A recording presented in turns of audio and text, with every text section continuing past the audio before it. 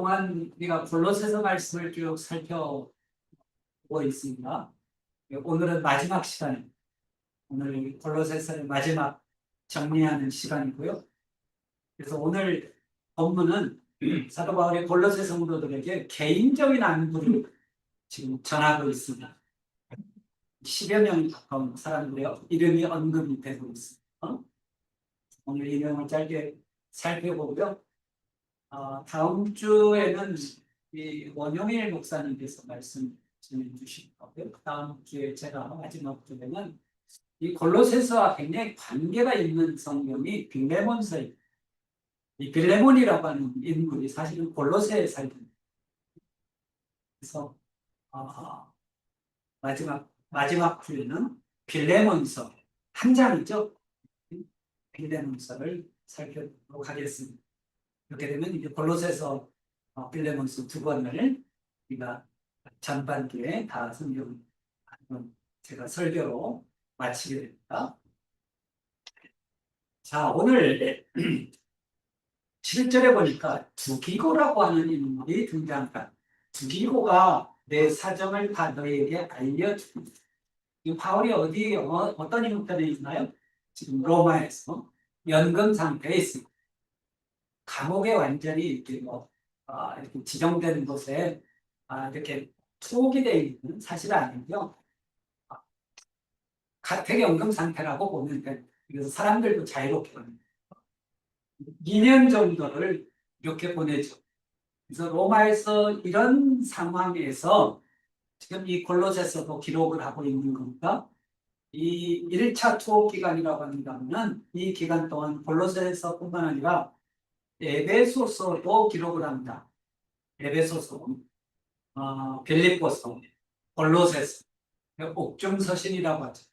그리고 빌레몬이라고 하는 골로새에 살던 한 개인에게 보내는 서신이 빌레몬서입니다.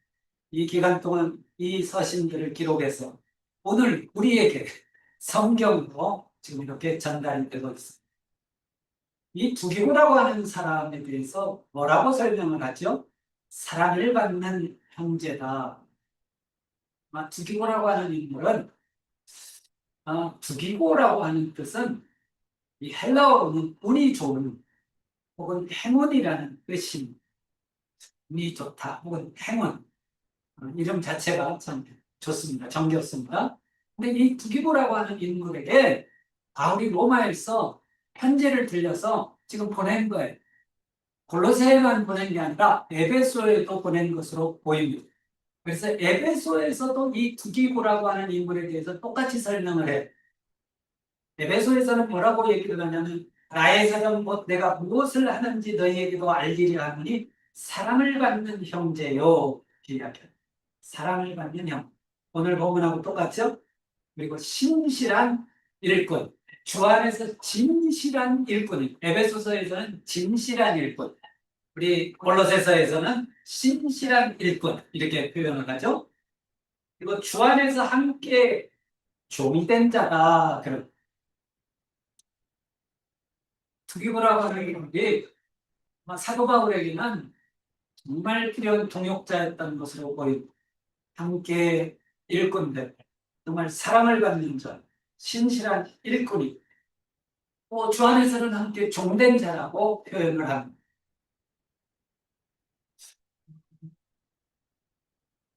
이 성경을, 이 골로새서를 기록한 사람도 중요하지만 전달하는 사람도 중요하지. 메신저의 역할을 하는 거죠. 그래서 참 이 두기고라고 하는 인물을 우리가 좀 별 그렇게 주목하지는 않지만 정말 신실한 사람이었다는 것을 알 수 있습니다. 특별히 너희를 위로하기 위해서 그를 보낸다라고 표현. 이 두기고는 단순하게 서신을 전달하는 그런 역할만 했던 자가 아니라 지금 로마에 있는 바울의 소식을 골로새 성도들에게 전하기도 하고 이를 통해서 골로새 성도들을 위로하는 자였다는 것을 알 수 있습니다. 자, 그 다음에 등장하는 인물이 또 있습니다. 9절에 보니까 신실하고 사랑을 받는 형제 오네시모를 함께 보낸다. 여러분, 오네시모는 빌레몬, 이제 우리가 빌레몬서를 살펴볼 때 좀 자세하게 다룰 텐데요. 이 오네시모는 골로새에 살던 빌레몬이라고 하는 사람이 종이었어요. 그런데 아마 빌레몬에게 해를 끼친 것으로 보입니다. 여러분, 우리 성경에서는 종입니다만 노예입니다. 근데 로마 시대 때의 노예는 그냥 단순하게 똑같은 그런 노예들이 아니라 노예들마다 조금은 달랐습니다. 그래서 어떤 노예들은 이 학식이 굉장히 높은 노예들도 있었다고 합니다. 왜냐하면 로마가 전쟁을 하면서 전쟁 포로로 잡은 사람들 가운데 학식이 높은 사람도 있었고 심지어 의사들도 있었습니다. 이런 사람들은 그 역할, 그 일에 맞는 일들을 줬죠. 그래서 이제 부자들 같은 경우는 이 노예를 사다가 자기 자녀들을 가르치는 가정교사로 활용을 하고 했다고 합니다. 그러니까 이제 노예라고 해서 똑같은 노예는 아니었고요. 근데 이 오네시모라고 하는 사람 역시 어떤 학자들은 노예가 아니었다라고 주장하는 사람들도 있습니다. 사실. 그런데 어찌됐든 이 오네시모에 대해서 표현을 하는 오늘 사도 바울이 표현하는 게 뭐예요? 신실하고 사랑을 받는 형제다. 그리고 빌레몬서에서도 그를 종으로 대하지 말고 이제는 형제로 대하라. 바울이 이렇게까지 권면을 합니다. 그는 너희에게서 온 사람 맞죠? 골로새 출신이죠. 골로새 빌레몬의 이 종이었습니다. 그들이 여기를 다 너희에게 알려주리라. 그럼 두기고와 오네시모가 지금 로마에 있는 바울의 상황을 다 잘 전달해 줄 거라는 이야기예요. 이 오네시모는 바울이 빌레몬서에서 내가 감옥 안에서 낳은 아들이다라고 표현을 하죠. 바울이 설마 옥중 결혼을 해서 낳은 아들은 아니죠. 전도한 것을 복음을 전해서 그가 예수를 믿고 거듭난 것을 그렇게 표현한 것으로 보입니다. 감옥 안에서 나왔다는 게 감옥 안에서 복음을 듣고 그가 거듭난 것을 이렇게 표현한 것으로 보입니다. 자, 그다음에 두기고와 오네시모 그리고 나와 함께 갇힌 아리스다고 이렇게 나와. 아리스다고라고 하는 사람이 나옵니다. 아리스다고. 바울과 함께 로마의 감옥에 갇혔다. 그럼 이 아리스다고는요. 최고의 지도자라는 그런 의미라고 하는데 이게 이제 아리스토스와 아르코스가 지도자입니다. 최고의 지도자 합성 거죠. 그러니까 이런 사람이 되라는 의미에서 아버지가 지어진 이름인지 아니면 뭐 본인이 또 이런 이름을 후에 선택했는지는 모르겠습니다. 근데 이 아리스다고에 대해서는 사도행전에 여러 곳에서 등장을 하고 사도행전 27장 2절에 보면 이 아리스다고는 데살로니가 출신인 것을 알 수 있습니다. 바울이 2차 선교 여행을 떠날 때 빌립보를 거쳐서 다음에 이제 이 데살로니가로 가게 되죠. 근데 이 데살로니가 출신이라고 기록이 되어 있고 사도행전 19장에 보면 바울이 에베소에 머물면서 에베소에서 에베소 사람들로부터 큰 위협을 당한 적이 있습니다. 그래서 사람들이 큰 소요를 일으켰는데요. 이 소요에 힘들게 휘말렸던 사람이 바로 아리스다고.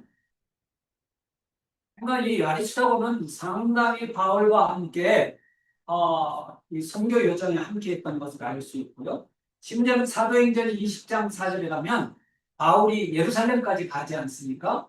바울이 예루살렘까지 가는 그 여정 가운데 함께한 것을 알 수 있어요. 동행한 것을 알 수 있어요. 그러니까 바울의 2차 선교 여행 거의 전부를 바울과 함께 동행했다는 것을 알 수 있어요. 심지어는 이 아리스다고는 오늘 본문에서 나와 함께 같은 아리스다고라고 표현을 하니까 지금은 로마의 감옥에 있는 이 아리스다고는 뭐예요? 데살로니가는 물론이고 본인 데살로니가 출신이고 거기에서부터 이제 뭐 바울과 동행을 한 것으로 보이는데 에베소까지 이루고 에베소에서 바울이 사실 상당히 오랜 기간 머물잖아요.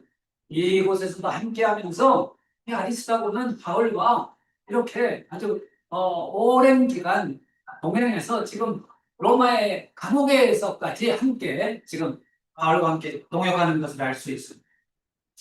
이로건데 매우 신실한 사람임을 알 수 있습니다. 그런데 우리가 특이하게 아리스도고 다음에 인물이 나오죠. 바나바의 생질 마가. 이 마가에 대해서는 바로 치고 이 마가에 대하여 너희가 명을 받았으면 그가 이르거든 영접하라. 바울이 별도로 아마 어떤 부탁을 한 것으로 보입니다. 여기서 명이라고 나옵니다만 간절하게 거의 명령처로 이 골로새 성도들에게 이미 내린 부탁이 있었던 것으로 보입니다. 뭐요? 이 마가를 보내겠다는 거예요.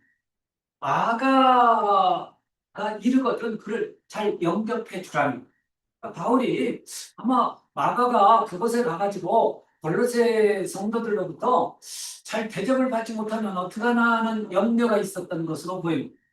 왜 그렇죠? 이 마가는 바울이 2차 선교 여행을 떠나면서 바나바의 생질이라고 그러잖아요. 바나바와 친척 관계였습니다.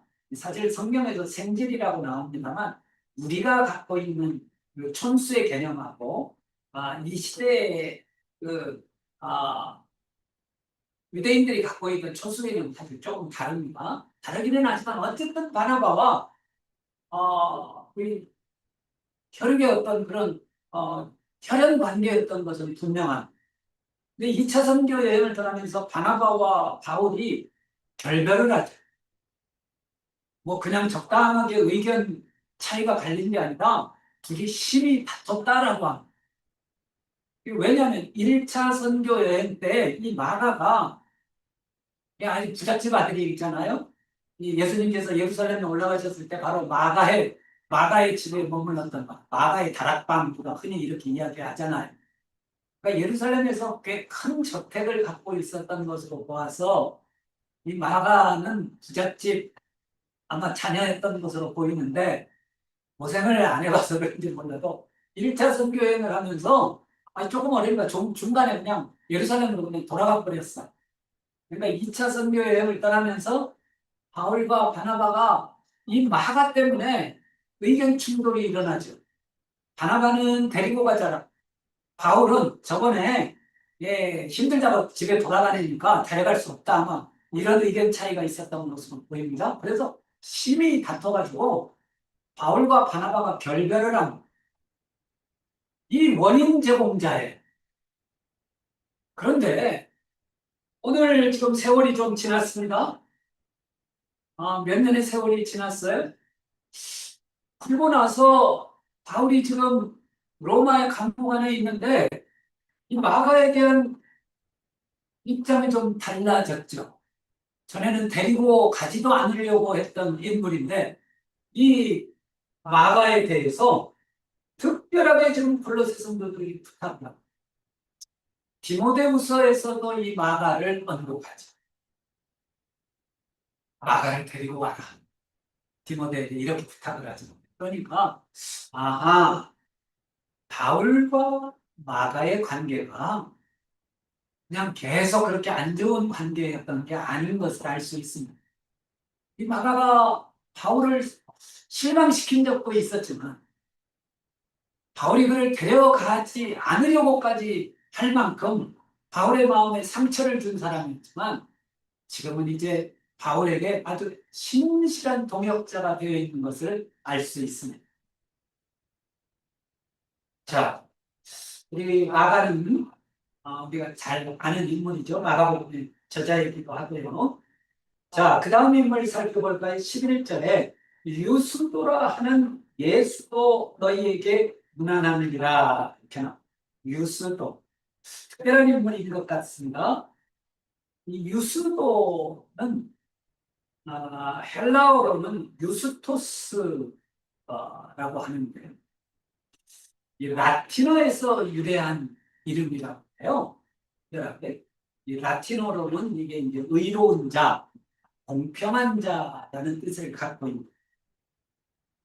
그리고 성경에는 유스도라고 하는 인물이 아주 이 뜻이 좋잖아요. 의로운 자, 공평한 자. 그러니까 이 여러 명이 등장을 합니다.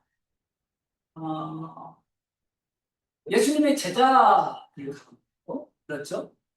예수님의 제자 가운데 가룟 유다가 스스로 목숨을 끊자 제자들이 그 자리를 대신하는 사람을 대신 뽑잖아요. 그래서 마띠아를 선택을 합니다만 마띠아와 함께 사도로 추천된 사람이 바로 유스도였어요. 이 인물 같지는 않다. 근데 이 사도행전 1장 23절에 보면 마띠아와 유스도 두 사람을 놓고 제비를 뽑자. 그리고 사도행전 18장에 가보면 이거는 사도 바울이 고린도로 머물면서 사역을 하죠. 근데 이 고린도에도 이 유스도라고 하는 인물이 있는 것을 알 수 있어요. 이도 유스도. 그리고 이제 오늘 본문에 등장하는 골로새 출신이 아닌가 싶습니다. 골로새에 살던 유스도. 유스도라고 하는 예수도 너희에게 무난하다. 이 예수는 이 히브리식 이름이라는 이 유스도는 또 다른 이런 헬라식 이름이 아니었나 싶습니다. 이렇게 유스도라고 하는 인물은 성경에 이렇게 여러 사도행전에 보면 등장을 한다는 것을 알 수 있습니다. 그런데 이 사람에 대해서 바울이 그들은 할레파이나 할레파. 이 할레파라는 게 뭐죠? 유대인들 가운데도 유대인이면서 예수님을 믿게 됐음에도 불구하고 여전히 할례를 받아야 된다. 할례파죠. 이들을 할례파라고 불렀는데 반드시 이방인들도 개종을 하게 되면 할례를 받아야 된다고 주장하는 그런 사람들을 할례파라고 불렀는데 아주 조금은 극단적이죠. 바울이 복음을 전하면서 굉장히 의식했던 사람들이 할례파들이에요. 이 할례파들이 복음에 굉장한 장애가 됐다는 것으로 보여요. 그러니까 바울이 이 유스도는 할례파이지만 뭐예요? 하나님 나라를 위하여 함께 역사하는 자들이니 할례파임에도 불구하고 지금 복음 안에서 함께 복음을 위하여 사역하는 사람으로 변화되었다는 것 아니겠습니까? 특별히 이런 사람들이 뭐예요? 바울에게는 위로가 됐겠죠. 그래서 이 유스도에 대해서 이런 사람들이 나의 위로가 되었다라고 설명을 하고 있습니다. 그렇습니다. 기독교에 대하여 때로는 적대적인 사람이 예수님 만나고 예수님을 증거하는 증인으로서의 삶을 살게 되면 사실 큰 위로가 되죠. 하나님이 하신 일에 대해서 우리가 이건 또 하나님이 하시는 일이기도 하고 하나님이 아니시면 할 수도 없는 일이고 이런 사람들 보면 우리가 아주 큰 위로가 되자. 그 유스도를 지금 그렇게 표현을 하고 있습니다. 그리고 또 그 다음에 나오는 이름이 또 있죠. 그리스도 예수의 12절입니다. 그리스도 예수의 종인 너희에게서 온 에바브라가 너희에게 문안하느니라. 에바브라. 그러면 이 에바브라는 주목할 필요가 있습니다. 이 에바브라라고 하는 이름은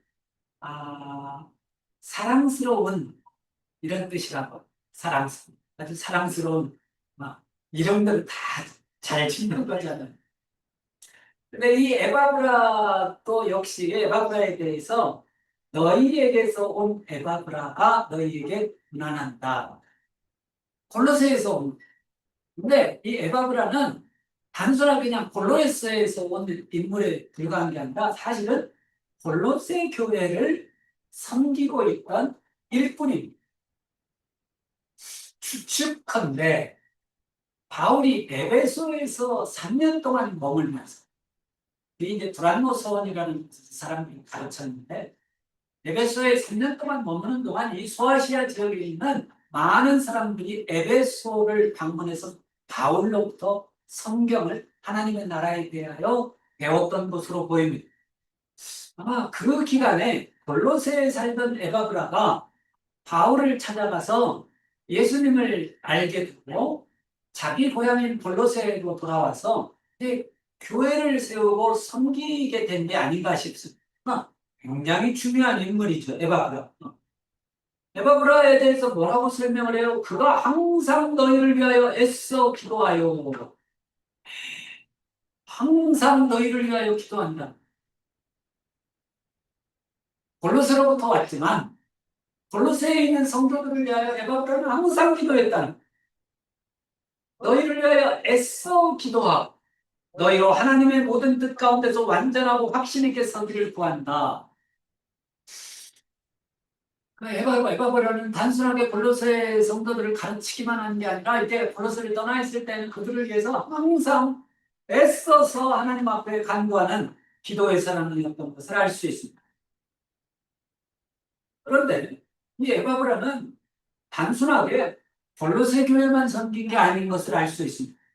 여기 보니까 그가 너희와 라오디게아에 있는 자들과 히에라볼리에 있는 자들을 위하여 많이 수고하는 것을 내가 증언하노라. 오늘날처럼 이 시대는 신학교가 있던 시대가 아닙니다. 신학교 3년 과정을 마치고 그런 시대가 아니에요. 아마 목회자도 귀했을 거예요. 이렇게 이제 교회를 섬길 수 있는 일꾼도 굉장히 아마 드물었고요. 그러니까 골로새에 있는 성도들만 돌볼 게 아니라 골로새에서 조금 떨어진 곳에 라오디게아가 있었다고요. 라오디게아, 히에라. 이 라오디게아는 우리 소아시아 요한계시록에 등장하는 7개의 교회 가운데 맨 마지막에 등장하는 교회잖아요. 라오디게아 교회도 이 에바브라가 섬겼다는 것을 알 수 있습니다. 히에라볼리에 있는 자들을 위하여 많이 수고하는 것을 내가 증언한다. 바울이 옆에서 지켜보니까 뭐예요? 이 에바브라가 골로새로부터 왔지만 골로새 성도들을 위해서는 날마다 기도하고 그들을 위하여 애쓸 뿐만 아니라 라오디게아에 있는 성도들, 히에라볼리에 있는 교인들을 위해서도 많이 수고하는 것을 바울이 지켜봤다는 것 아니에요. 이 에바브라라고 하는 사람이 참 신실한 사람이구나, 신실한 하나님의 일꾼이구나 라는 것을 알 수 있습니다. 14절에 가보면 특별히 또 우리에게 익숙한 인물이 나옵니다. 사랑을 받는 의사 누가? 사랑을 받는 의사 누가? 이 누가라고 하는 이름은 헬라어 루카스에서 기원이 돼요. 루카스. 루카스라면 빛을 가져오는 자, 빛을 가져오는 사람, 이렇게 해석이 가능한데요. 이게 이제 그 어원이 우리가 빛의 어떤 그 광도를 우리가 표현할 때 룩스라고 하잖아요. 룩스. 이게 이제 같은 어원에서 이렇게 기원이 된 건데요. 이 누가는 어떤 의사예요. 의사. 우리가 잘 알죠? 사랑을 받는 의사 누가 이렇게 표현을 합니다. 의사라는 것만 해도 귀한데 사랑을 받는 의사 누가, 표현이 아름답습니다. 그렇죠? 우리가 잘 알다시피 이 누가는 누가복음과 사도행전을 기록을 했어요. 의사여서 그랬는지는 모르지만 성격이 매우 꼼꼼했다는 것으로 보입니다. 이 누가는 늘 기록을 했던 것으로 아무튼 저는 추정을 합니다. 여러분 기록 잘하는 사람이죠. 그러면 이 기록을 하는 사람을 이길 수는 없습니다. 아무리 천재도 기록하는 사람을 이길 수 없다고. 기록을 남기는 것은 매우 중요하죠. 누가가 그런 인물이 아니었는가 싶어요. 바울과 늘 동행을 했잖아요. 우리가 보니까 바울과 늘 선교 여행 가운데 이게 동행을 하면서 그 일정 자체를 어디에서 이런 일들이 일어났다는 것을 다 기록했겠죠. 그리고 바울이 전해주는 예수님에 대한 이야기도 있었겠죠. 또 다른 사도들을 만났을 때 그 사도들로부터 들은 이야기도 있을 것입니다. 그래서 이 이야기들을 잘 정리를 해서 데오비고라고 하는 인물에게 예수님에 대하여 또 사도 바울의 행적을 알려준 것이 누가복음과 사도행전입니다. 바울은 뭐 위대한 사도죠. 사도 바울을 가리켜서 흔히 우리 기독교에 어떻게 보면 예수님이 물론 계시지만 예수님은 뭐 기록으로 남기신 것은 없잖아요. 이 바울이 사실 서신서를 거의 14권에 이르는 서신서를 남겼잖아요. 이 서신서를 남겼는데 바울이 있기 위해서는 누가 같은 사람이 역시 필요했구나라는 것을 알 수 있습니다. 옆에서 아마 기록으로 잘 도와준 것으로 보입니다. 누가? 자, 그런데 안타까운 인물이 한 명 등장을 합니다. 오늘 말씀 보니까 사랑을 받는 의사 누가와 그다음에 설명되는 게 또 대마가 너희에게 문안한다. 대마.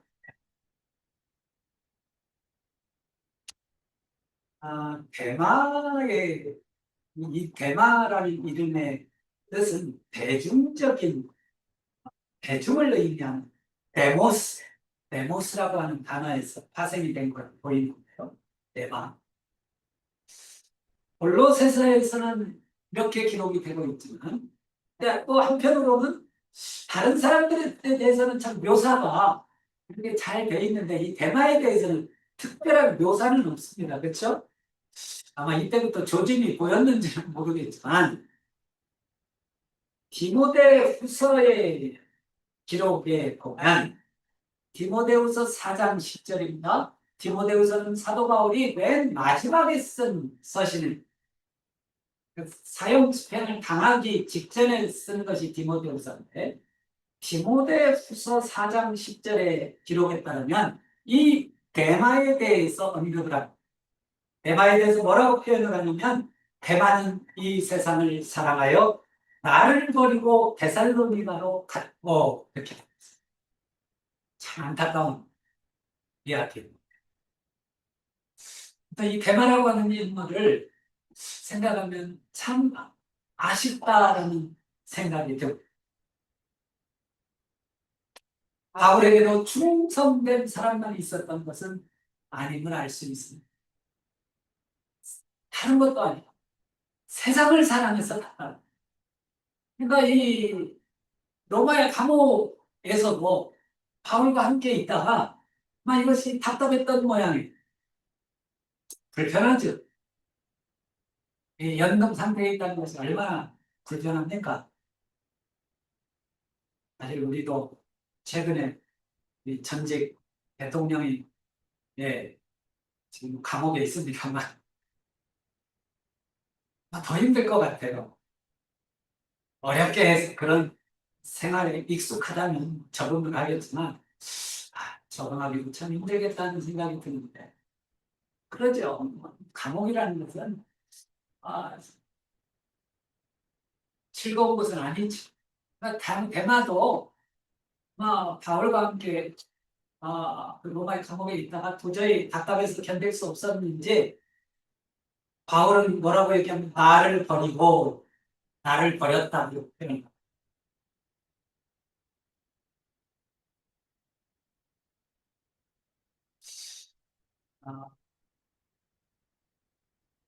성경에 보면 예수님도 마찬가지죠. 예수님의 12제자들 가운데고 예수님의 12제자들이 다 충성된 사람 아니었습니까? 가운데도 가룟 유다 같은 사람이 있었죠. 바울에게도 신실한 사람들만 있었던 것은 아닙니다. 바울을 떠난 사람도 있습니다. 가슴 아프게도 너무 힘들어서가 아니라 바울은 세상을 사랑하여 이 세상을 사랑하여 나를 버리고 데살로니가로 갔다. 데살로니가 출신이었을까요? 정말 안타까운 사람. 그래도 어쩝니까? 우리 넘어가 봅시다. 어떤 인물이 등장을 합니까? 라오디게아에 있는 형제들과 눈바와 그 여자의 집에 있는 교회의 문화하고 자매가 또 등장을 합니다. 라오디게아에 있는 형제들 눈바와 그 여자의 집에 있는 교회 이야기. 그러니까 아마 라오디게아가 이 골로새와 같았기 때문에 이후에도 보면 이 편지를 좀 서로 읽어라, 서로 교환해서 읽어라 이렇게까지 합니다만 아무튼 라오디게아에 있는 형제들에게도 안부를 전합니다. 이 서신이 라오디게아 형제들에게도 읽힐 것을 바울은 알고 있었기 때문으로 보입니다. 그런데 여기에서 눈바라고 하는 여인에 대해서 이야기를 합니다. 이게 아, 이름이 이게 그리스어로는 이게 헬라어로는 눈파라고 하는 단어에서 유래된 것으로 이제 그냥 추정을 하는데요. 분명한 것은 뭐예요? 그녀의 집이 교회로 사용됐다는 것. 그 여자의 집에 있는 교회의 문화. 어, 이 골로새에서도 골로새 교회도 마찬가지. 여러분 이게 지금 기록 초기잖아요, 완전히 지금. 이 시대에 예배당이 있었던 것은 아니에요. 여러분 예배당이 좀 규모가 있게 건설되기 시작한 것은 기독교가 건스탄티노에게 의해서 이 공인이 된 다음에 이제 예배당이 좀 규모 있는 동네 사람들 그래도 이제 좀 다 모일 수 있는 그런 예배당이 지어졌지. 초기에는 다 가정에서 그냥 가정에서 예배를 드린 거예요. 그러니까 이것을 보면 뭐예요? 사실 예배당이라고 하는 건물인 거죠. 건물. 교회라는 것은 사실 뭐예요? 집에 있는 교회의 문화. 이 성도들이 교회란 예배당보다 사실 성도들이 중요한 거죠. 제가 매우 안타깝게 생각하는 것은 이 예배당을 성전화하면 곤란하다 생각을 합니다. 여러분 그냥 건물은 건물일 뿐이에요. 그러니까 건물에 너무 이 의미를 부여해가지고 성전에 하나님이 거하시는 거 그렇게 생각해서 곤란해요. 그러니까 지금 유럽에 있는 교회들은 뭐예요? 유럽에 있는 예배당들이 다 바뀝니다. 심지어는 뭐 이슬람 사원으로 바뀌기도 하고요. 이거 교회 나오는 사람들이 적어지니까 교회를 매각하지. 그러니까 이 예배당을 사가지고 모스크로 바꾸기도 하고 또 뭐예요? 심지어는 뭐 슈퍼마켓으로 쓰기도 하고 심지어는 술집으로 쓰기도 하고 만약 지금도 이스탄불 지금의 튀르키예의 그 이스탄불 같은 경우 이스탄불에 가면 맨 처음에 지은 것은 성 소피아 성당이라는 성당입니다. 어마어마하게 큰 성당이죠. 이 성당을 이슬람교도들이 이 이스탄불을 점령하고 난 다음에 이거를 이슬람 사원으로 바꿉니다. 그래가지고 보니까 이제 그 교회 소피아 성당이 있을 때에 거기다 벽화를 많이 그렸단 말이에요. 벽화를 성경에 나오는 최후의 마찬가지 아무튼 그 성화를 많이 그렸던 것으로 보입니다. 왜냐하면 이 이슬람 교도들이 이 성당을 모스크로 바꾸려고 하니까 이 성화를 없애야 되잖아. 그러니까 여기에다 이 회치를 했어요. 오늘로 얘기한 페인트 칠을 다 했어요. 그러니까 이 성화가 안 보였지. 그러다가 지금까지 이게 이제 튀르키예가 여기를 통치하고 있잖아요. 근데 이제 기독교로 바뀌지는 않았는데 이 튀르키예가 조금 자기네들이 생각하기에 조금 좀 그랬나 봐요. 성당을 모스크로 바꿨다는 이런 상징적인 것도 있고 하니까 자기네들의 관용을 좀 나타내기 위해서 그랬는지도 모르지만 이거를 도서관으로 바꾸겠다. 도서관. 그래가지고 예전에 방문했던 분들은 이제 거기를 박물관이죠, 박물관. 박물관으로 해서 이제 성소피아 성당을 돌아갔습니다. 하다 보니까 이제 또 박물관으로 바꾸다 보니까 이게 회치라는 것을 이제 좀 뭐 자연히 벗겨지기도 하고 뭐 이러니까 이게 보니까 여기 성화가 있단 말이에요. 성경이야. 성경에 대한 내용의 그림들이 있단 말이죠. 그래서 그거를 이제 또 이렇게 공개하기도 했어요. 게다가 최근에는 또 이렇게 해갖고 마음이 또 변심을 또 했습니다. 변심을 해가지고 이거를 다시 모스크로 쓰겠다. 그래가지고 사실 맨 처음에 지은 성당의 건물이 이렇게 뭐 박물관으로 쓰이기도 하고 뭐 모스크로 쓰이기도 하고 그런단 말이에요. 그러니까 이런 것을 보면 우리가 건물에 너무 의미를 부여하는 것은 그렇게 뭐 그럴 필요는 없다고 생각합니다. 만약에 그 건물이 정말 그렇게 중요하고 의미가 있는 거라면 하나님이 그렇게 되도록 허락하시겠어요? 여러분, 교회는 건물이 아니라 사람들이, 우리는 뭐 건물도 없는 교회입니다. 그러나 사람이 있잖아요. 그렇기 때문에 우리도 교회라고 하는 거죠. 근데 이 교회를, 교인들이 모일 수 있는 공간을 눈바라고 하는 여자가 제공했던 것으로 보입니다. 참 헌신적인 여인. 이 시대를 하더라도 쉬운 일은 아니었겠죠. 자, 이렇게 해서 지금 인물에 대해서 살펴보고 있는데 17절에 가보면 한 인물이 또 등장합니다. 이 인물을 마저 살펴봅시다. 아키포라고 하는 인물이 아키포. 글쎄요, 아키포가 말을 잘해서일까요? 말에 능통한 자여서 그랬을까요? 이 말의 주인이라는 뜻, 언어의 어떻게 보면 주인이라는 뜻을 가지고 있다고 하는데요. 이 아키포는 빌레몬서에도 등장을 합니다. 그래서 이 아키포를 빌레몬의 아들이라고 주장하는 학자들도 있어요. 그런데 오늘 말씀해 보니까 아키포가 그냥 평범한 사람이 아니라 귀한 직분을 가진 자인 걸 알 수 있습니다. 아키포에게 이르기를 주 안에서 받은 직분을 삼가 이루라고 하라. 그러니까 아키포가 아마 귀한 직분을 가졌던 것으로 보입니다. 주 안에서 받은 직분을 삼가 이루라. 그리고 또 빌레몬서에서도 우리와 함께 병사된 아키포라고 표현합니다. 자, 이 편지를 너희에게서 읽은 후에 이 편지는 뭐를 얘기합니까? 골로새서. 이 편지를 너희가 읽은 후에는 어디에 라오디게아인의 교회에게도 읽게야.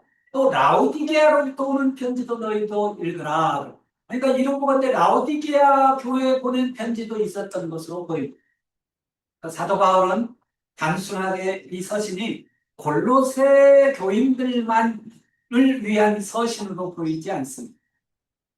그러나 하나님께서는 바울의 생각을 뛰어넘어 2000년이 세월이 흐른 우리도 이 골로새서를 읽지 않습니까?